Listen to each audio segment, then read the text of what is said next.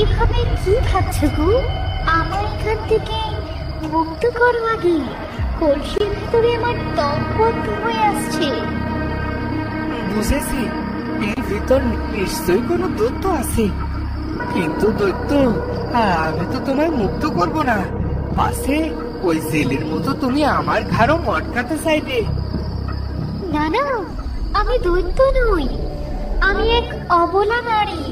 তুমি আমায় মুক্ত করো, আমি কথা দিচ্ছি আমি তোমার কোনো ক্ষতি করব না। ক্ষতি করবে না? এই কথা পরে মনে থাকবে তো? হ্যাঁ গো হ্যাঁ, 100 বার মনে থাকবে।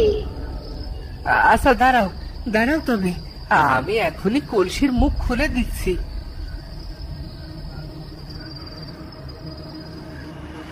তাতে কলসির মুখ খুলে দেয়, আর সেখান থেকে এক পরী বের হয়ে আসে। কে গো তুমি? এক গ্রামে বাস করত এক তাঁতি আর তার স্ত্রী। তাঁতি ছিল খুবই দরিদ্র এবং বোকা প্রকৃতির, তাই সব সময় তার স্ত্রী তাকে কটূক্তি করত। তোমাকে নিয়ে আর পারা গেল না। এতগুলো কাপড় তুমি হাটে বাকিতে বিক্রি করে এলে, এই টাকা কি আর পাবে ভেবেছো? এমন করছো কেন গিন্নি? খরিদ্দার লোক ভালো, দেখবে মাস বেরোনোর আগে সে টাকা ফেরত দেবে। দিলেই হয়, আর তুমিও সেই আশাতেই বসে আছো। ওই দোকানিকে যদি আর কখনো চোখের দেখা পাও, আমার নামও কল্যাণী না, এই বলে দিলাম। দেখি না একটা মাস যদি দিয়ে দেয়। তাছাড়া এতগুলো কাপড় ঘরে নষ্ট হচ্ছিল, কেউ তো কিনতেই চাচ্ছিল না। কিনতে চাচ্ছে না? এখন বাকিতে দিয়ে আমায় ধন্য করেছো। শোনো, তোমায় 1 মাস সময় দিলাম। এই 1 মাসের মধ্যে তুমি যদি পাওনা টাকা আদায় করতে না পারো, তবে তোমার একদিন কি আমার একদিন। এরপর একদিন 1 মাস পার হলো, কিন্তু সেই খরিদ্দারের দেখা আর পাওয়া গেল না। তা দেখে কল্যাণী তাদের উপর ক্ষেপে গেল। বলেছিলাম, আমি আগেই বলেছিলাম ও তোমায় ফাঁকি দেবে। 1 মাস কবে শেষ হলো, অথচ টাকার কোনো খোঁজ খবর নেই। সে টাকার কথা আর আশা করে লাভ নেই গিন্নি, ও টাকা আর পাবো না। তুমি এবার আশা ছাড়ো। পাবো না বললে তো হবে না। এই টাকা তুমি কোথা থেকে আনবে তা আমি জানি না। কাল সকালে বাজারে গিয়ে সেই দোকানিকে খুঁজে বের করবে, তারপর পাওনা টাকা নিয়ে তবেই বাড়ি ফিরবে। আর যাবো ক্ষণ, কাল হোক আগে। তা যাবো ক্ষণ? শুনে রাখো বিনছে, কাল সকালে কিন্তু আর ধানাই পানাই করতে পারবে না, এই বলে দিলুম।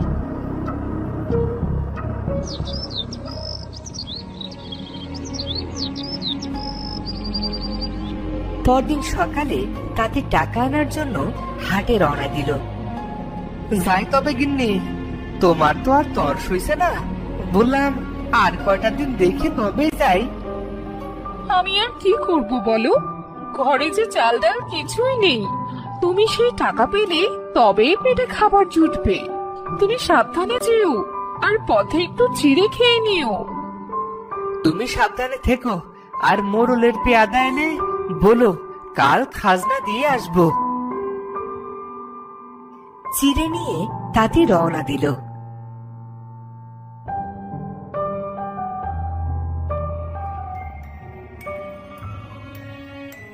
হাঁটতে হাঁটতে সেদিন দুপুরে সে হাটে পৌঁছালো, কিন্তু অনেক খোঁজাখুঁজি করেও সেই দোকানিকে পেল না।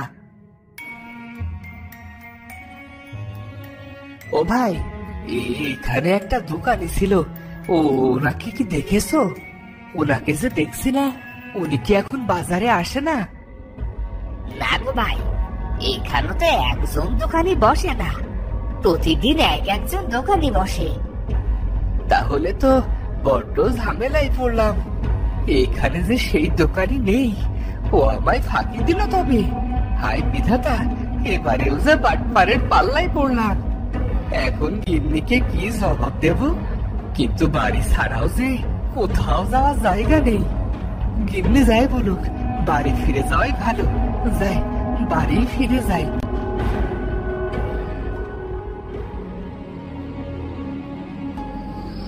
এদিকে পথে সন্ধ্যা হয়ে গেল।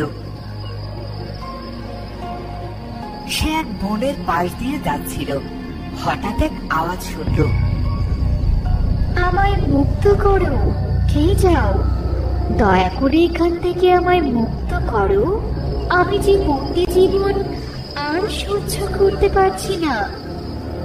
কে কে এভাবে আহাজারি করছে? কে? এই জঙ্গলে আমি ছাড়া দ্বিতীয় মানুষ তো কেউ নেই।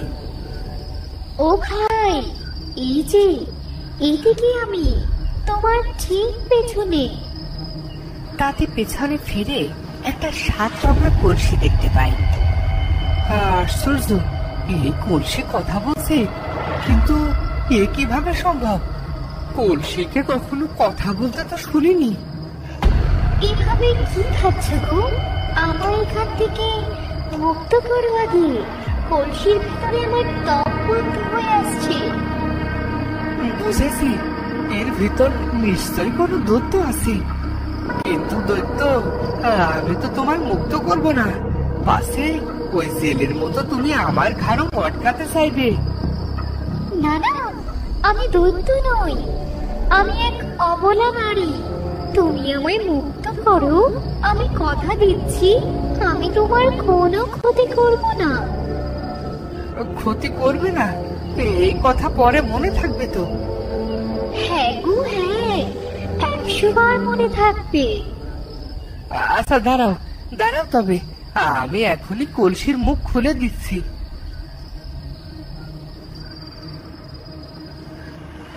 তাতে কলসির মুখ খুলে দেয়, আর সেখান থেকে এক পরী বের হয়ে আসে। কে গো তুমি? কোন বাড়ির মেয়ে? এত রূপবতী নারী আমি আগে কখনো দেখিনি। আমি কোনো বাড়ির মেয়ে নই, আমি এই জঙ্গলের পরী। এক দুষ্ট তান্ত্রিক আমায় কলসির ভেতর বন্দি করে রেখেছিল। আজ তুমি আমায় মুক্ত করলে। তাই তো দেখছি, তুমি পরি বটে। আচ্ছা, আমি এবার যাই, সন্ধে হয়ে যাচ্ছে। বেলা ডুবিয়ে ফিরলে গিন্নি আবার বকাবকি করবে। শোনো দাদি ভাই, তুমি আজ আমার অনেক বড় উপকার করেছো, সেজন্য আমি তোমায় একটা বর দিব। তুমি আমায় বরদান করবে? মিছে কথা বলছো না তো পরি? পরিহাস নয়, কি চাও বলো, আমি এক্ষুনি দিচ্ছি।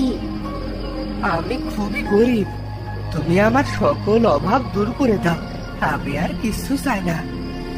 বেশ, তুমি কলসিখানা সাথে করে নিয়ে যাও, এতে তোমার অভাব দূর হবে। আবার আমার সাথে মজা করছো? এই সামান্য কলসি দিয়ে আমি কি করব? এটি কোনো সাধারণ কলসি নয়, এ এক জাদুর কলসি। এতে হাত দিলে প্রতিদিন সকালে একটা করে মোহর পাবে। আশা করি এই দিয়ে তোমাদের অভাব দূর হবে। তোমায় অনেক ধন্যবাদ পরি, তুমি আজ আমার অনেক বড় উপকার করলি। যাও এবার, তোমার স্ত্রী হয়তো তোমার জন্য অপেক্ষা করছে। তাতে বাড়ির পথে রওনা হলো। গিন্নি প্রতিদিন আমায় বোকা বলে মন্দ কথা বলে, আজ বাড়ি গিয়ে গিন্নিকে চমকে দেব, তখন বুঝবে আমি এতটা বোকা নই। সেই দিন তাতে বাড়ি ফিরে আসলো। এত রাত হলো আসতে, আমি যে চিন্তায় অস্থির হয়ে আছি। আর চিন্তা করতে হবে না গিন্নি, তোমার চিন্তার অবসান হয়েছে। এই দেখো, তোমার জন্য কি নিয়ে এসেছি। এই তো দেখছি 7 রঙা এক কলসি। তুমি হাট থেকে কলসি আনতে গেলে কোন দুঃখে? সে কথা বলছি, তবে শোনো, এই কোনো সাধারণ কলসি নয় গো গিন্নি। জঙ্গলের এক পরী এটা আমায় উপহার দিয়েছেন। প্রতিদিন এখান থেকে একটা করে মোহর পাওয়া যাবে। সত্যি বলছো তুমি? তাহলে তো বেশ হয়েছে, এখন থেকে আর রাত পেটা করে খেয়ে থাকতে হবে না গো। হ্যাঁ গো হ্যাঁ, আর মোরল মশাইয়ের খাজনার টাকাও পরিশোধ করতে পারবো। ভালো কথা মনে করেছো, মোড়ল লোক পাঠিয়েছিল, কাল সকালে তোমায় খাজনা পরিশোধ করতে বলে গেছে। বেশ, আমি কালই এক মোহর দিয়ে আসবো।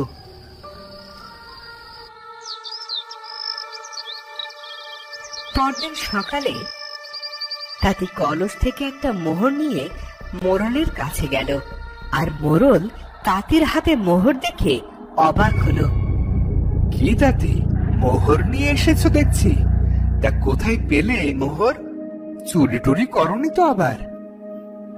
সি কর্তা, কি যে বলেন, এ আমার নিজের মোহর। পরীর দেওয়া একটা জাদুর কলসি থেকে সকালে তুলে নিয়ে আসলাম। এই রে, এখনই যে সর্বনাশ করে ফেললাম। এই মোড়ল যে সবকিছু জেনে গেছে। জাদুর কলসি?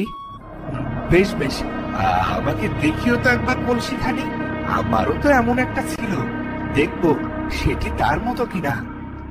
তা তো দেখানো যাবে না কর্তা, পরীর কঠিন নিষেধ আছে। বেশ, তবে সাবধানে রেখো কলসি খানি, যে কোনো সময় চুরি হয়ে যেতে পারে।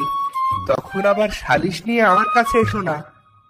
তার রাখবক্ষণ, আজ আমি আসি কর্তা, বড্ড বেলা হয়ে গেছে।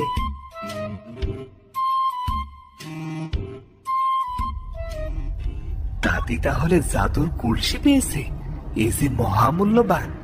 আমাকে সেটা তো যে করেই হোক নিতে হবে। গিন্নি, ও গিন্নি, ভুল করে ফেলেছি গো, ভুল করে ফেলেছি, বড্ড ভুল করে ফেলেছি। কি করলে? হ্যাঁ, মোহরখানা কি পথে হারিয়ে এসেছো নাকি? তা করলে তো ভালোই হতো, আমি যে হাটে হাড়ি ভেঙে এসেছি গো। আহ মরণ, কি হয়েছে তা খুলে বলবি তো? মোড়লকে মুখ ফসকে 7 রঙা কলসির কথা সব বলে দিয়েছি। কি সর্বনাশা কথা গো! এখন কি হবে? ওই দুষ্টু মোড়ল যে সেই কলসিটা নিতে আসবে। দিনের বেলায় নিতে সাহস পাবে না, আমার মন বলছে ও রাতেই চুরি করতে আসবে। এখন কি হবে গো গিন্নি? কিভাবে চোরের হাত থেকে এই কলস রক্ষা করব? একটা বুদ্ধি আছে, সেটা শোনো। আমাদের গোয়াল ঘরে যে ভাঙা কলসিটা পড়ে আছে, তুমি সেটি নিয়ে এসো, আর তার জায়গায় 7 রঙা কলসিটা রেখে এসো। তা করলে কি হবে? কি হবে তা আজ রাতেই বুঝতে পারবে। এদিকে মোড়ল সেদিন রাতে চুরি করার জন্য তার ছেলেকে নিয়ে বের হলো। এত রাতে কোথায় যাচ্ছ বাবা? কোথায় যাচ্ছে তা একটু পরে বুঝতে পারবি, তবে সাবধান, এই কথা ভুলেও কাউকে বলতে যাবি না। না না, মরে গেলেও কাউকে বলবো না, কিন্তু কি কথা? চুপ কর হতচ্ছাড়া, কথাটা তাঁতি বাড়ি গেলেই বুঝতে পারবি। এখন চুপচাপ হাট আমার সাথে।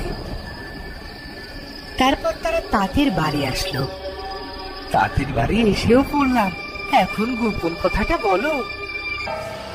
বলছি, তার আগে তুই এখানে দাঁড়া, আমি দরজা দিয়ে ভেতরে ঢুকে জিনিসপত্র নিয়ে আসি। সি বাবা, তুমি চুরি করবে, তাও আবার এই দরিদ্র তাঁতির বাড়িতে?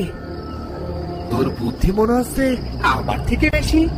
ওরে, তোর ঘর থেকে আমি হয়েছি নাকি আমার ঘর থেকে তুই হয়েছিস? তোমার ছেলে দেখে বুদ্ধির এই অবস্থা আমার, এখন কি করতে হবে বলো। তুই এখানেই পাহারা দে, আমি পেছনের দরজা দিয়ে ভেতরে ঢুকছি। যদি পরিস্থিতি বেগতিক দেখিস তাহলে শীষ দিবি।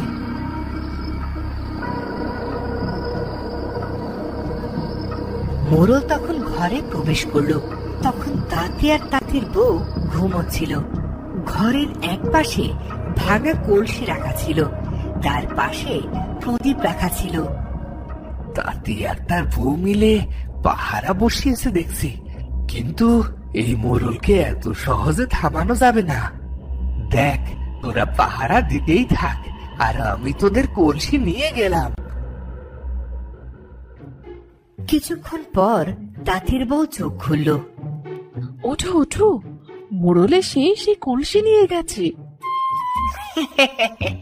সবই দেখলাম গিন্নি, আমি আগেই বলেছিলাম বেটা কলসি নিতে আসবে, দেখেছো এবার? আর মোড়লকে জব্দ করার এই বুদ্ধি খানিকার, এই বুদ্ধি আমার মাথা থেকে এসেছে। এখন যাও, গোয়াল ঘর থেকে 7 রঙা কলসিটি নিয়ে এসো। পরদিন সকালে মোড়ল কলসি সামনে নিয়ে বসে থাকে। কি হয়েছে বাবা? কখন থেকে দেখছি তাঁতির বাড়ির ভাঙা কলসিখানি সামনে নিয়ে বসে আছো। ওরে গাধা, ভাঙা হলেও এই কলসির অনেক ক্ষমতা। কি ক্ষমতা দেখাও দেখি বাবা। এই বলে মোড়ল তাদের কলসির মধ্যে হাত দিল। এ কি? এ তো গোবর। এই হলো তোমার মোহর বাবা। এই তাঁতি তোমায় বোকা বানিয়েছে বাবা। তাঁতির এত বড় সাহস আমায় বোকা বানায়। আমি আজই মহারাজের কাছে ওর নামে বিচার দেব। আর ওর পিছনে লাগতে যেও না বাবা, তাহলে তাঁতি আর তার বউ মিলে আবার তোমায় জব্দ করবে। যদি ওরা মহারাজকে বলে দেয় যে তুমি ওদের বাড়ি চুরি করতে গিয়েছো, তাহলে মহারাজ তোমাকেই শিক্ষা দেবে। ঠিক বলেছিস। যাক, এবারের মতো ওদের মাফ করে দিলাম। কি বলিস? এরপর মোড়ল আর তাঁতির পেছনে লাগলো না, তাঁতি নিশ্চিন্তে বসবাস করতে লাগলো। তো বন্ধুরা, ভিডিওটি কেমন লাগলো? যদি ভালো লাগে তাহলে অবশ্যই চ্যানেল